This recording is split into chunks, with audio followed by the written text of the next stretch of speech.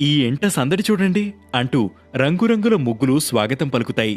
ఊరి అందాలని అప్పటివరకు కంటికి కనిపించకుండా దాచేసిన పొగమంచు, పిల్లల కేరింతలు, డూడూ బసవన్నలు, హరిదాసుల సందడికి మురిసి ఇదిగో ఊరి అసలు అందమేంటో ఇప్పుడు చూడండి అంటూ పక్కకు తప్పుకుంటుంది.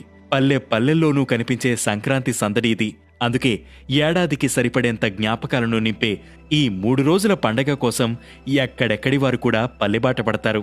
సంక్రాంతికి మన వాళ్ళు వస్తారని ఊళ్ళో బంధువుల ఎదురుచూపులు, ఎప్పుడు పండగ వస్తుందా ఊరు వెళ్దామని పట్నం బాబుల నిరీక్షణ. ఇదిగో ఆ రెండిటికీ తెరపడే క్షణం వచ్చేసింది.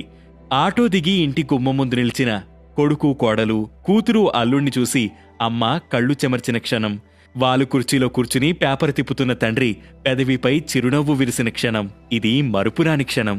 ప్రతి సంవత్సరం జరిగే సేమ్ సీన్, కానీ ఎప్పటికప్పుడు ఇది ఎంతో కొత్తగా ఉంటుంది, అందంగా కూడా ఉంటుంది. మళ్లీ మళ్లీ కావాలనిపిస్తుంది. ఈ పండగలో ఉండే మ్యాజిక్ అది. అదే ఊరిలో అదే వీధుల్లో పొద్దుపొడిచే సమయంలో మనం ప్రతి ఏటా తిరుగుతున్నా ఇంకా ఏదో కొత్తదనం, కొత్త ఉత్సాహం.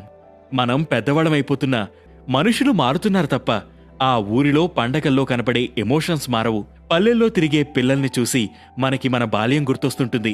ఈ తరం పిల్లల ఎంజాయ్మెంట్ ఎలా ఉంటుందో, వాళ్లలో ఈ పండగ ఎంత సంతోషం నింపుతుందో మనం చెప్పలేం. కానీ వాళ్లని చూస్తే మన ఆలోచనలన్నీ మన బాల్యానికి పరుగులు తీస్తాయి. అబ్బో 3 రోజుల పండగనగానే అప్పట్లో మనకొచ్చే ఎక్సైట్మెంట్ వేరుండేది.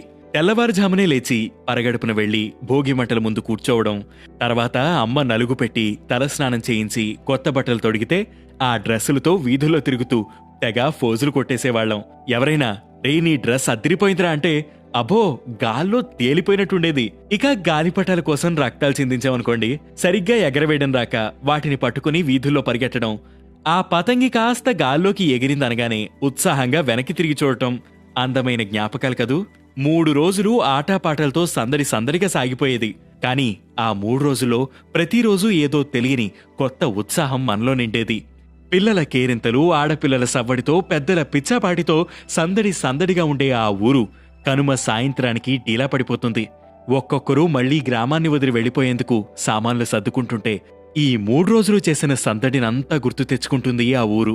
సందడంతా పోయిందే అని బాధపడుతున్న ఊరిని నింగికి చూపే ఇష్టం లేక ఆ రాత్రి ఊరిని మళ్లీ పొగమంచు కప్పేసింది.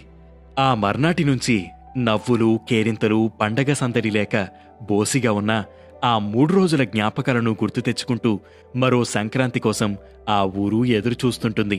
ఇది ప్రతి పల్లెలో ఉండే సంక్రాంతి సందడి, మన సంతోషాల సవ్వడి.